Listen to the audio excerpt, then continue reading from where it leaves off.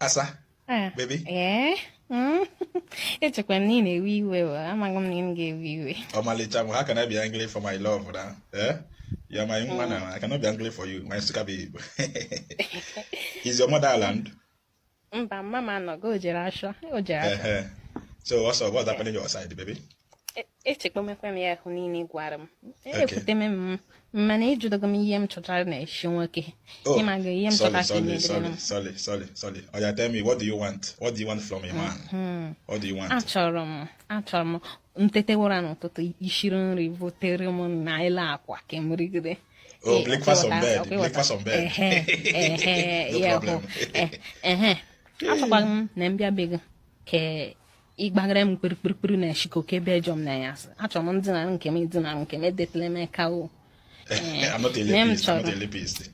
M chọrọ onye ọ ya bụ mkpofute na-ekwa m tebrezi te pants ọshụshashị agbasa na anwụ ịghọtara. M chọrọ ka igotere m iPhone 11 na Instagram. Igotere m You want me to buy for you Instagram?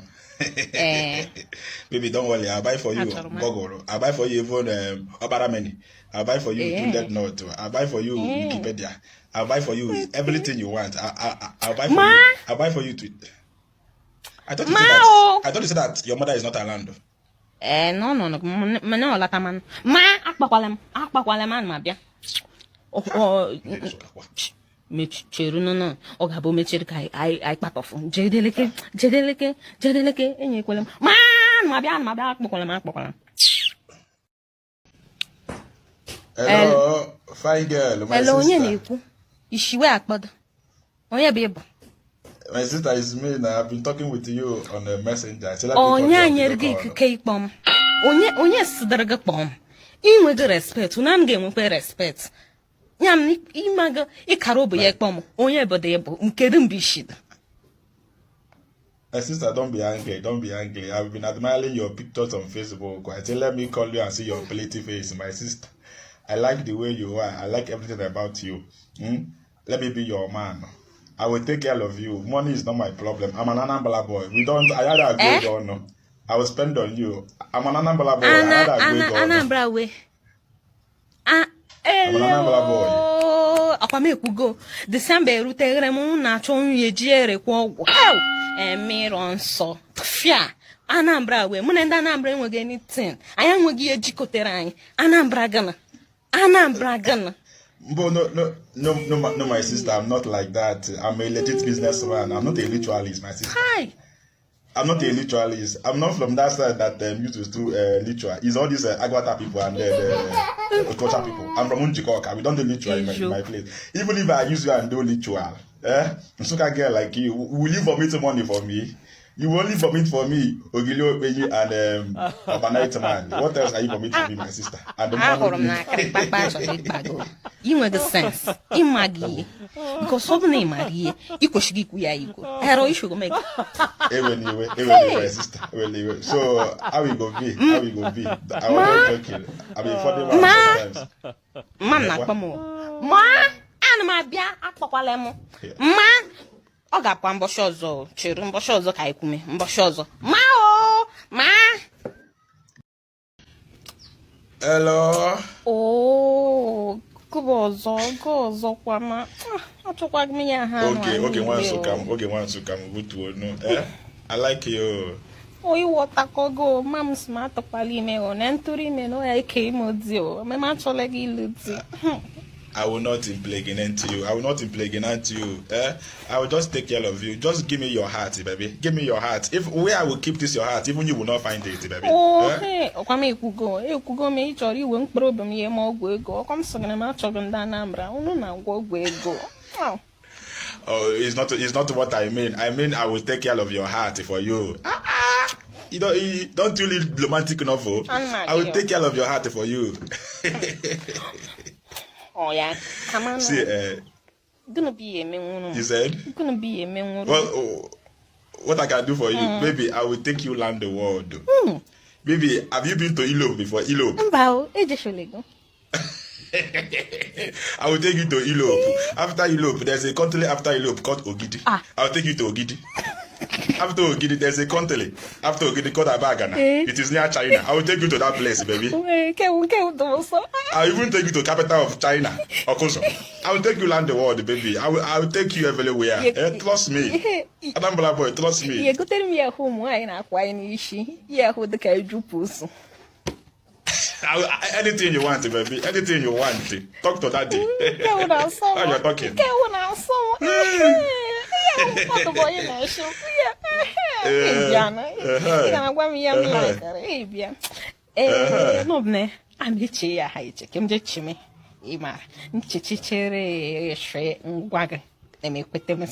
will think about it. You will think about it. Is your brain at home? Can't you think about it now?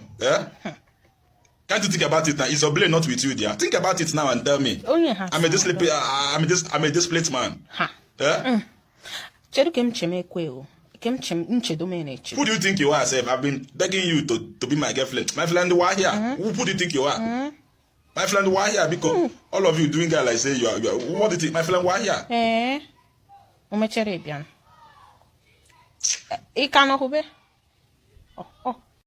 Assam.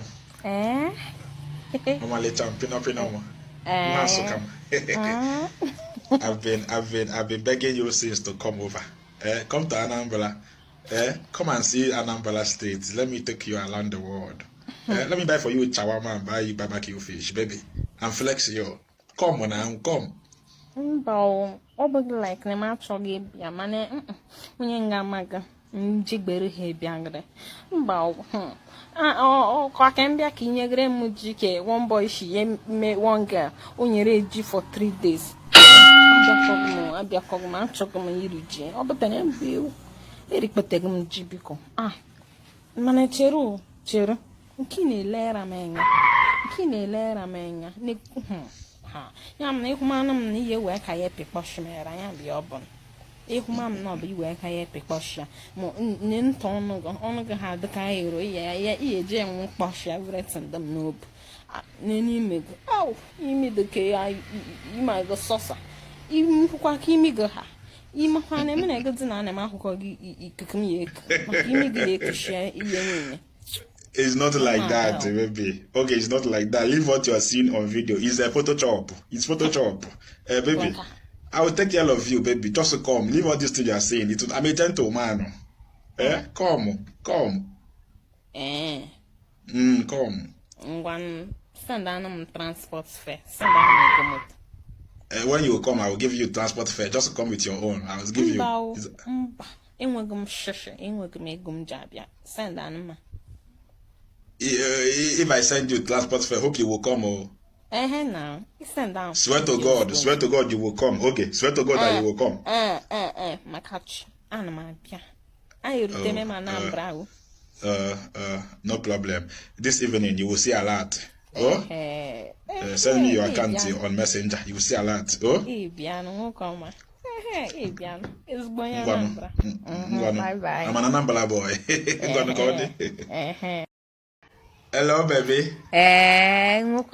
Okay, my love. What up? Boy. Many young you. You have agreed to date me? But money young we. Young not me. Okay. What is that thing you're holding in your hand? What is it? Yeah. Well, wages or me wagon pamba kataka dibia mara man and saka. Oh, bell jaw dibia, amara man and sakam pambo dibia. Hey, maga. Me, I'm quite be my bill. One lay one ozania, era for is between ozaka, era for is make it so or hello, era. Okay, I'm going you know what? About the relationship, don't worry about it. I'm no more interested. Hold your relationship. Let me hold my life. Yeah, they're not interested. Okay, go on Anambra. Yeah, they're interested. Sa, mpa. Mpa na mabia. It's not bossa. My father is calling me. It's not gonna. It's a listening paga, woman. My father is dead, but his spirit is calling me. Okay. Can I reach you with me? We will. I'm not gonna come back. Okay, I was angry with you now. What you did to me was yahoo, but it's okay. It's okay. Bible said to err is woman and to forgive is man. So I have to follow the Bible and forgive you. But okay, since you cannot come and you cannot send back my money, why not show me something? Show me those beautiful oranges on your chest. Remove your clothes and show me something. Let me be happy, no? Okay. I deserve it, you know. It's what a mean for. Instagram water and my bongo. Only came share what the queen. I water them. Let me show you. Let me lead by example. See what I mean here. Do something like this for me. You know, you bring the camera close to your chest and then you remove your clothes and you're rubbing your chest and showing me, Bob. You know, show me something. You know. Show me something like this. Do something like this for me. Let me be happy. I like them. Looking bad at you. I like them. It's a little one I thought Zaddy. I like them on the bad. I like them on the Your turn. Yeah, do for me. Your turn. And me go shigi yeneho. Mama I go shigi yeneho. Omni choken go shigi ya there alama. Lama mke shalama. Go shigi den. Mana go shikom. Odgoy. Chupa do the gunke odgoy. But okay, I've showed you my own now. I showed you my own just now. Obi who bajuru iduke wapu suboni go shimi. E chori go shimi. Go the take camera and call ho can hogre. Okay, show me upper one first. Okay. I talk him odgoy. Chupa do the good real. Ma you go mam. Okay.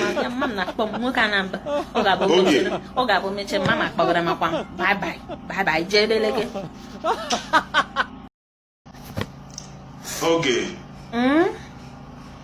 Okay, what are you doing me? Okay. Okay, it's almost 2 p.m.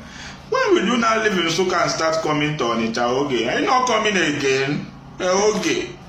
Nwoke Anambra, chicken common geeky though.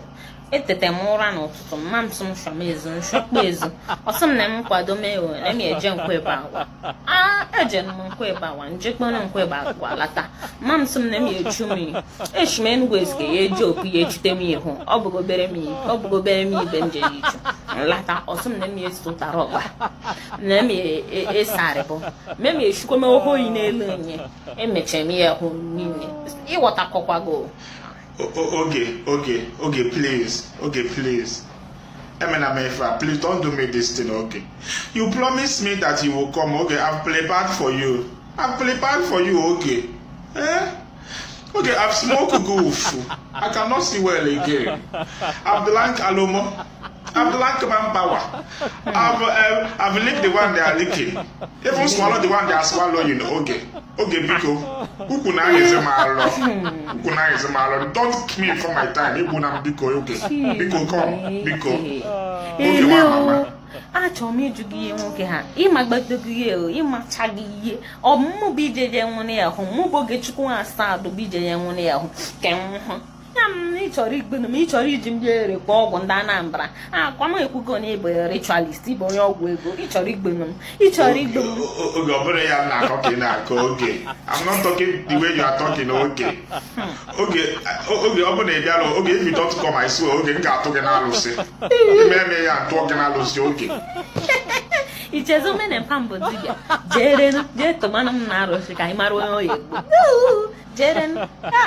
Okay, see, I don't want to trouble. If you cannot come again, send back my 5,000. Send it back now.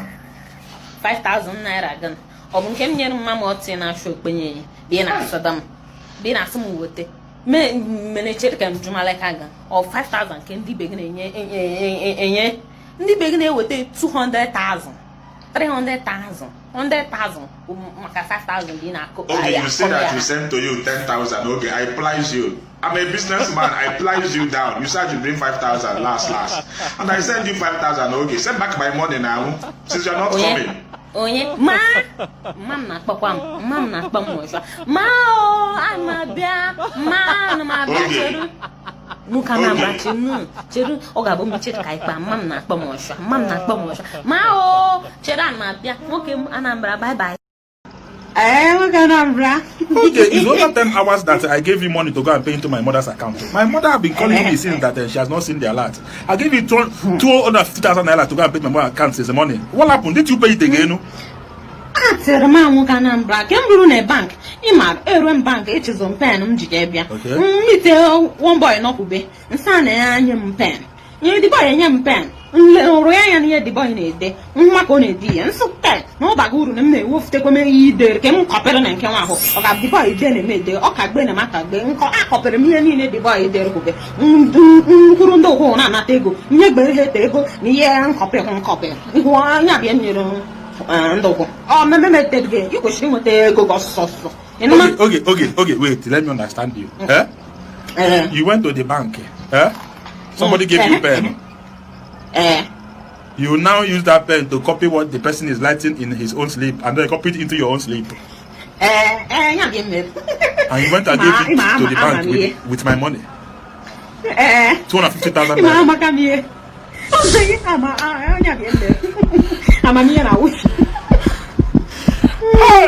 Okay, Ibugum. Okay, Ibugum. 250,000 now. Okay, Ibugum. Oh my God. Okay. Okay. Okay, what did I do to you? Okay, what did I do to you? Okay.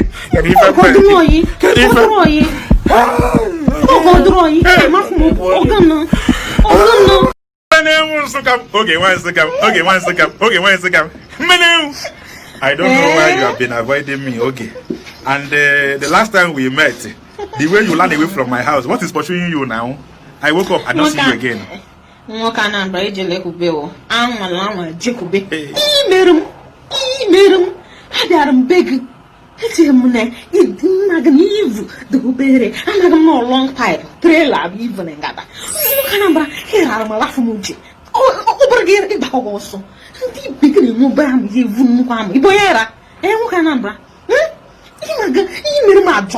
like a man. I don't like it. I like the email or the boy. In my wild, the woman can number. They begin also bang, bang, bang. I get another boom, boom, boom. On my house, I'll be good at them. My house, you got them be Jeramboa. Half from the ordinary fish, as Uber has.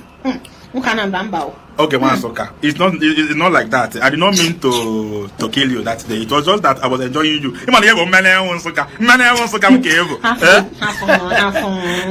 my gosh. You know that when you were chopping that fish, what were you expecting? Let me now tell you. If a man take you out and buy you fish, it is the way you shop that fish that they will use and shop you if they reach house. If you don't know it now.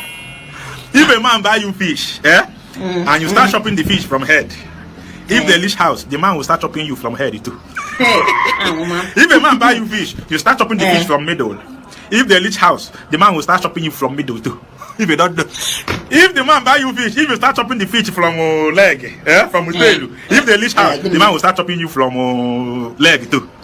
If the man now buy you fish and you now chop the fish, bam, the way you chop it that day, if the man reach house, it will the man will chop you too, bam.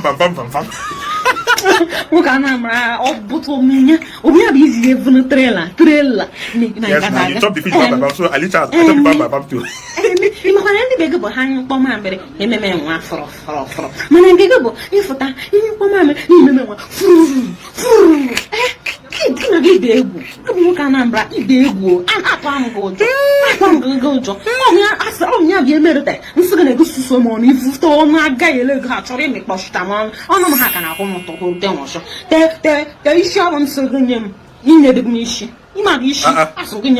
Which one is Nyagishi? Go to Nyagishi. What is the issue again? God forbid that. God forbid. So I will use this my tongue that God gave me to bless him. My tongue that I used to do business. I will now use it and put it into your event. I cannot do that. I cannot give you ishi. I cannot do it. I cannot give you ishi. I cannot give you ishi. If it's issue that will make you not to come, no wala. Next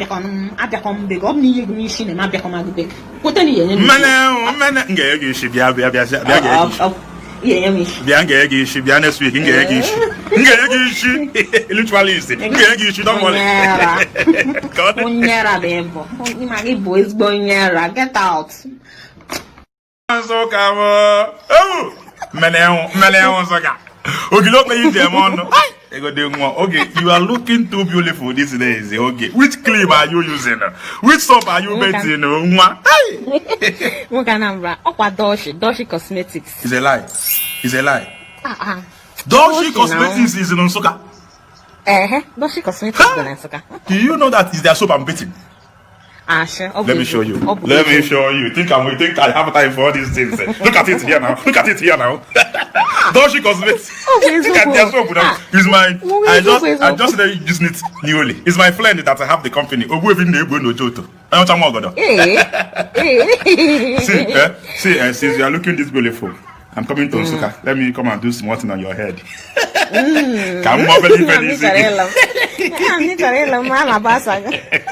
How did they used to marry? How they used to marry in that Onsuka first of all? Let me prepare my mind first. How is your marriage like? Ọlụlụ nwaanyị Nsụka bụ ga-eri ego ijiri 50,000 na-elukpa nwaanyị Nsụka mana mbe nsogbu ya nọ ya dọbụna inwe anwale nwaanyị ọzọ ya ma ọ bụ kuje nwaanyị ọzọ ukwu naira afụkwa agụ ọka ngwa leave that tradition first. 50,000 naira you don't marry finish everything even wholesale mbara n'ogogo na ga-ekpo nwaanyị ten I will come. I will marry you, marry your sister at Jala. Then if there's another auntie that never marry, I'll marry her too and join. Don't worry. Here in Anambra is not like that anyway. Here in Anambra, if they come to marry woman in Anambra, I don't know how they used to dress. In soccer, but in Anambra, we don't used to call it wife initially. We used to use idiom.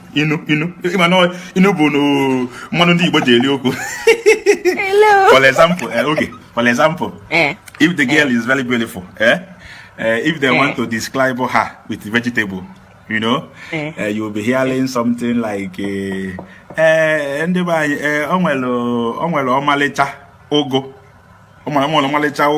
know, pumpkin leaf. Flower ifo, that is a pumpkin leaf. But if the girl is not fine, they don't used to call it ogo. You hear anybody in the local nubu, bitter leaf. We are funny, yeah, we are funny. Then, if they want to describe the girl with something like a flute, you'll be hearing, if the girl is fine, you'll be hearing, or apple. You know, Charlie. Odala, I like Odala. The girl is fine. But if the girl is not fine, you will not hear Apollo. If the girl is if the girl is not fine, you will hear the boy Odala kwal. Akinu. Bitakola. There no. If they want to use bed, no. To describe the girl. If the girl is fine, you'll be hearing something like Ugo. That is the eagle. That one is very sweet. Never febata. No God, the girl is fine. That is the fine girl, eagle, Ugo. But if the girl is not so fine, if they want to describe her with the bed, you will not hear ego. You will hear I think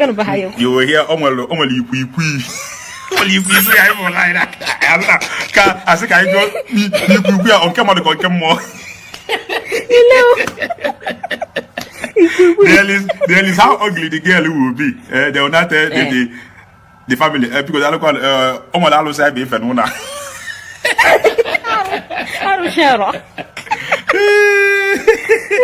I know that if it's in Soka, Maybe if you're coming to Mali, you cook a lot. You cook well.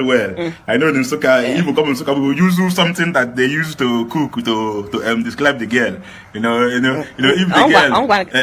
Let me hear. Okay. Obunom ne buying hasaga. No were Okbayori Hahorabi. Fine girl, Abby. Open a one home. Oh my god, the house no where Jacare Ayaz. Open a one home. Okay. Open like a hat or a corn animal. I said, oh, nowhere is bo an Hahorabi. Is bo an Hahor. I open on no cast and a Hahor and Chamara Mamma, then a Hassarik bag. Nobody want home. Nobody want who Jordan. He was a higher suburb. No, we're a Billy Hahorabi. You can't give me Billy. A Billy Bob cookie book. There you go. Okay, beg, allow me. We're meeting with Dick again. Let me go for my meeting. Yeah? Okay, later we talk. Okay, one so come.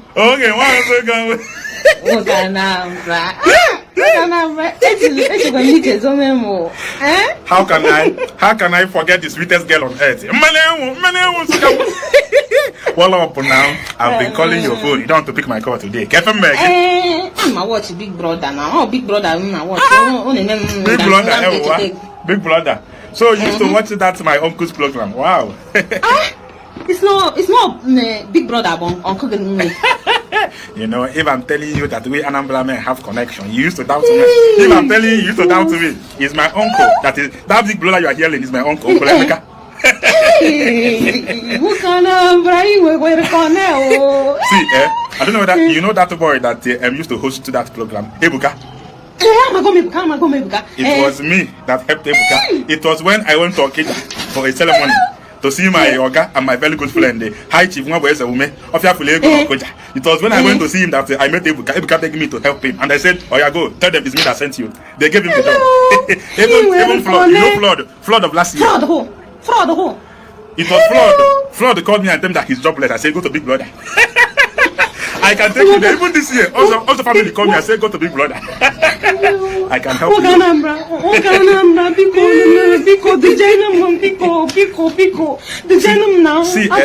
See, normally, I don't even follow the program. Do you know why I'm watching the program this year? Because of Dolati.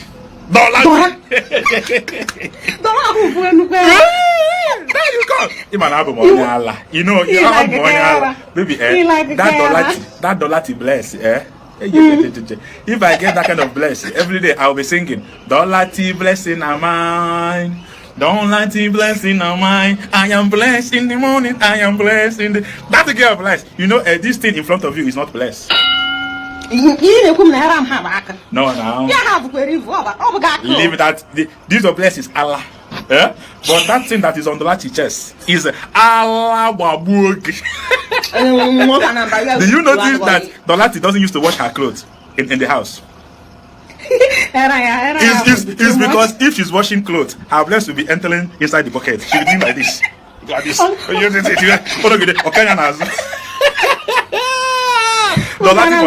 don't know. Since you are watching the program, let me ask you: do you have any favorite in the program? Like, do you like Dolati? I like Dolati, man. Don't be happy. What about this one? Nengi, do you like her? Wow, I like her.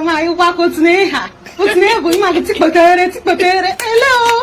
I like her. Nengi, okay, what's the camera? What about Elika? Oh, yeah, who is so good? Okay, I like America. Obrama, I'm walking. Don't you used to follow me? I follow you, man. Good boy, I'm walking. What about that one? That black one, Lucy? Do you like her? Oh, Lucy. Yes. I like Lucy na machagari. A man on my shindy. Oh my gosh, she knew. Oh, just on a machagari. A man when we're on my issue. Shalab, as if you know what to cook. It's not only Ofo you used to cook. Ofo you just see.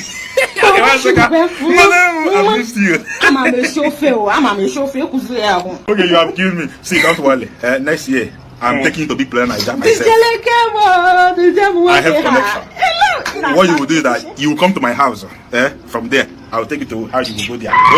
Come to my house first.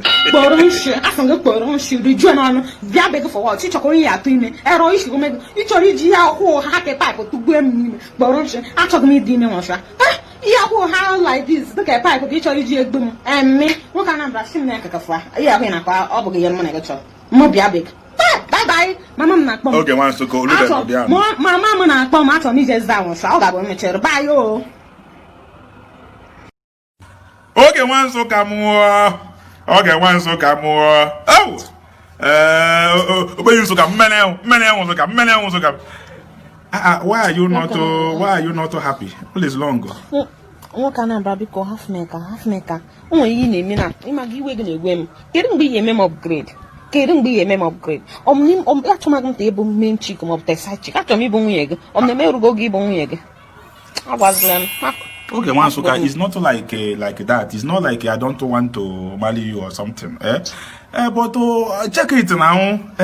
I did not go to school. You did not go to school. Two of us are illiterate. How can we go inside the house?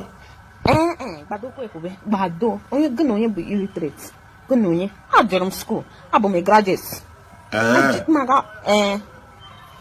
So you are not an illiterate, okay? I'm graduate. Okay, if you say you're not an illiterate, let me now test you. Okay, can you translate this thing in English? Translate it. Nsobu, enyimba, enyi, nsobu. Translate in English. Walk and kill the elephant. Yeah. Okay, you failed it. Nsobu means stampede. So nsobu enyimba enyi is stampede cow nation. Stampede. Okay. I don't know.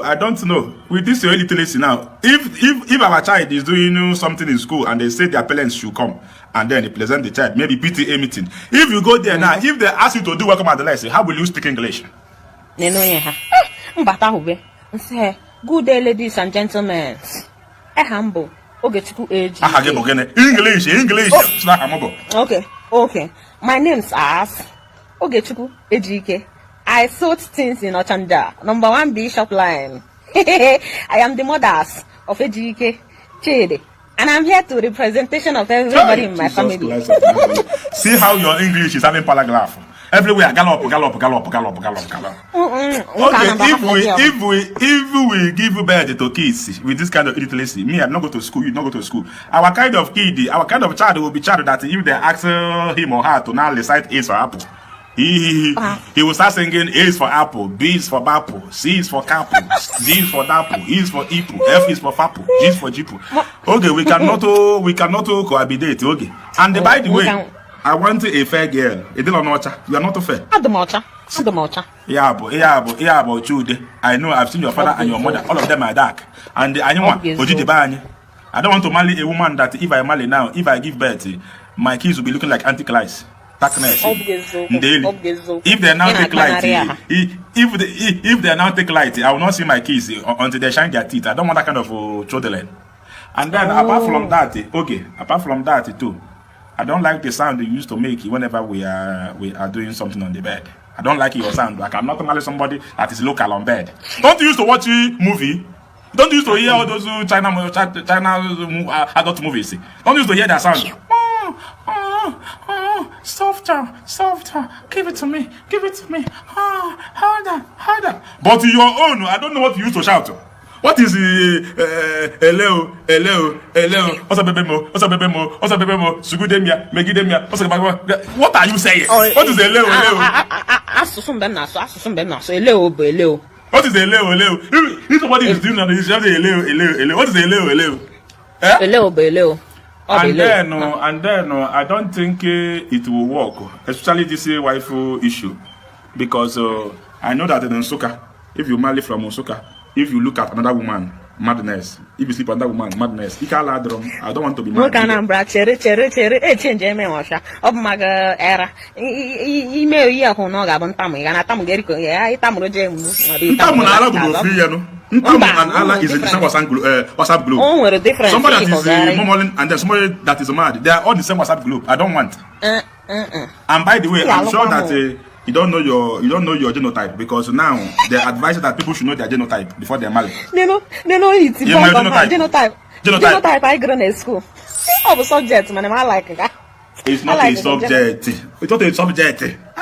Genotype is something in your body, something blood group that if your own did not match with somebody else, you will give birth to sickle cell. For example, now, for example, now I am AS. What is your own genotype?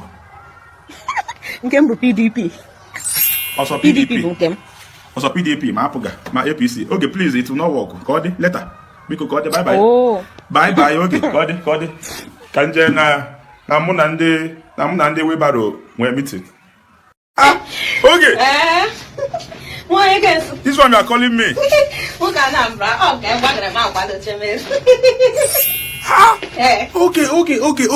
where are you going looking like this? Hope it's not to my house. You are coming looking like that, okay?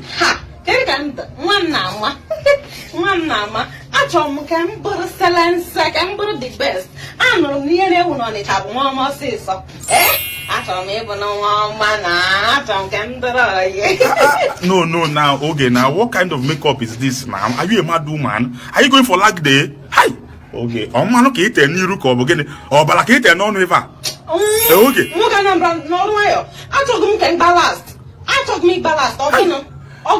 One man, you are going after wine, some naza. Have an some naza, a groom, I had a groom on my gaga. Ask them, Maga. Then you me, then you can now.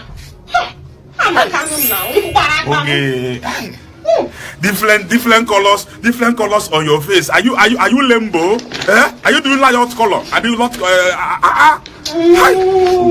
Okay, this is your color blocking. It does not work. Okay, mbamba. Go out. The good out we. The good gown. Maternity gown. Good marry gown. How good marry? You can good marry gown. Okay now. Okay, you are coming to see me now. What kind of thing is this? This bag you are carrying. Hope you are not bringing it to my house. Are you going to go and give your mother something in the shop? Hope it's not my house. You are coming with that bag. How many bags are you carrying? I bought them. I woman can't back on ye don't can't on the gamma for hand for Zabo. Abubari, ever extra, ever more a bango, ever more old spirit, ever more mano, ever more okay, my pansaka, ever more pansaka, I'm down shimenge, Magamangari, I'm a shimmer that Tayaraya, Nkaba, Nkaba, you be a shimmer, I'm a single Tayota, and over you. No, okay, one sugar in Abia EJD or EJD in Abia. Okay, did I tell you that I need all these things? Do I want to open a foodstuff shop? Don't worry, don't come with it. I'm fine. Don't worry. Oh. Don't worry. Don't come. Just come with your bag like that. Oh, because just come with your clothes too. I'm bound. Leave all those who ayara because hope you are not smelling. Ogilopei. I'm every man. Oh, yeah, men and back on bed can get go Gilopei. Oh, parents cast out the music for you. And okay, wait, it's too early for you to come. Yeah, just wait small. Don't leave Usuka yet. It's too early. Wait, around 3 or 4 or 5, you start coming out so that you will reach on at night. Oh, I don't want people to see you too much. Come at night. Diana Bani. Oh, don't leave now. Diana Bani. Oh, come at night. Oh, oh,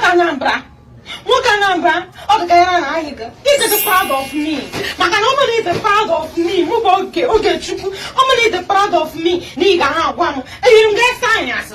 Say you go under Umasana Bananas. And you go chipas and the devil. I am proud of you now. I am proud of you. It must be you and son of my back of the Moboke. You will now, Yemeko. Nemu, Madame, you will have one. Nemu Kamuta. Ima looking at chicken and sucker. Ima how many boyfriends not chum? Ima how many boyfriends not chum? Ihe wetere m ọnụ n'ọnụ hube ọ ga ịchọ ka m bịa onye ara Diana Banana, come at night. I'm proud of you. Come at night. Abụghị m asa abalị a na-abịa ịbụ onye ara n'elu onye ara ha nọ waka idiot ewu abịakọma m bye bye Ozugo, anugom, ngabe come like that. Oh, anugom ebe niwe. Hi. nyana m bịa na I know say you love me and I love you too. I'm gonna just help me go to my YouTube channel and subscribe to my YouTube channel. Go to YouTube, search for Yam Baba Comedian, click on subscribe, it's free. Because click on that bell too, and so that you'll be getting notification whenever I post. Oh, I love you too. Because go. Be going, go. We are begging you, please go. Oh. Nwoke Anambra. Hello. Nwoke Anambra. Nna m odogwu m. Okay, nwoke m ga-eje mba. Okay. Odogwu nwoke Anambra, nwoke kwụchimchim. My love, Adamoye. Enalugo, have you leached? I'm laruru since 1 week ago. We can aju ne malaru me. Okay, hanwa. Oh, what shall be netete? Okay, because anyway, Odilom called okay, because anyway, please, I'm calling you for something very important. Because Gana, guanam. Okay, since you left my house, okay.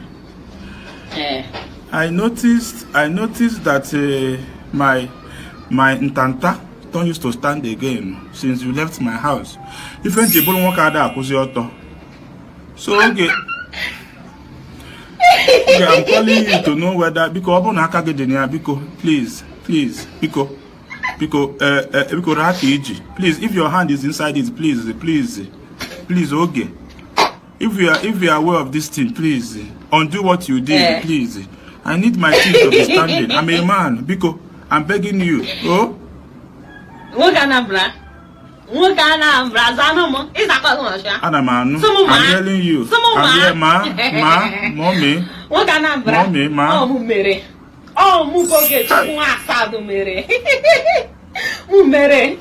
Mommy, because my please. Keri Jene me nwoke Anambra, Keri Jene me. Okay, number one and only. The papa in your cupboard.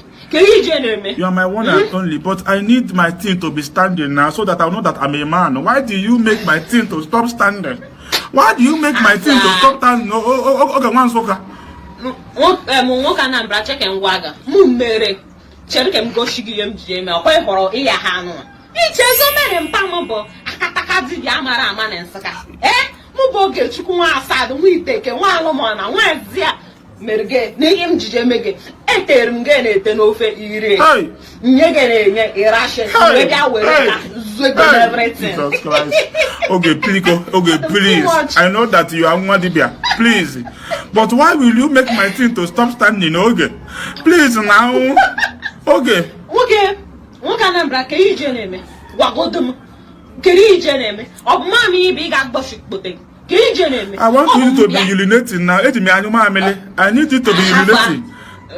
Mamịrị ga na-aga hụwa hafụ ahụ ịnịdịgo ụmụ gị ije ọ bụ mbịa bego mmemme mmere anyị mekpo anyị mechara eme ezochie Okay, please now. Okay, I need my thing to be standing. I need, whenever I wake up, my thing should stand there and tell me good morning, sir. So that I know that I'm a man. Okay, please now. Okay. The more you look, the less you see. The more you look, the less you see. Okay. I want to use it. Okay. Actually use it. I want to use it. Okay. I want to use it. I want to use it because it's gonna big. Nobody on sleep of tongue. Because nobody's in my house. I'm sorry. All sleep of tongue. Check and wagon. I'm a man can wear. Hi. You're gonna hear one at the head. Hey. Manaki, what I'm a go back away. Oh, okay. Iti patana mago hube. Wakanambra. So can be an appear. So a baby ganabia. Ibama banana. I'm mago. Abo so movie an area. So movie an area mago. Okay, my mouth cannot only give me what I want now. My mouth cannot. I need my ndelelegu. Okay, bikono. Okay, because mommy. Mba, hakuna mala. Okay. Oh yeah, no. Aye kukome. Bye. Achona mke mo na kukume. O ga mbia ka meme. Mbia meme. Bye yo. Bye. Feliz Navidad. Feliz Navidad. It is that season of love again. The season of rice and stew. Season of jollof rice. Season of chin chin, meat pies, small chops everywhere. Season greetings from me and my team. See, this season, if you want us to give you season shout out, to wish you a Merry Christmas and Happy New Year, just contact us. If you want us to wish your boss, to wish your girlfriend, your boyfriend, your husband, your wife, your child, anybody at all, we are here for you. We will do a very nice comedy video to wish you a Merry Christmas and Happy New Year.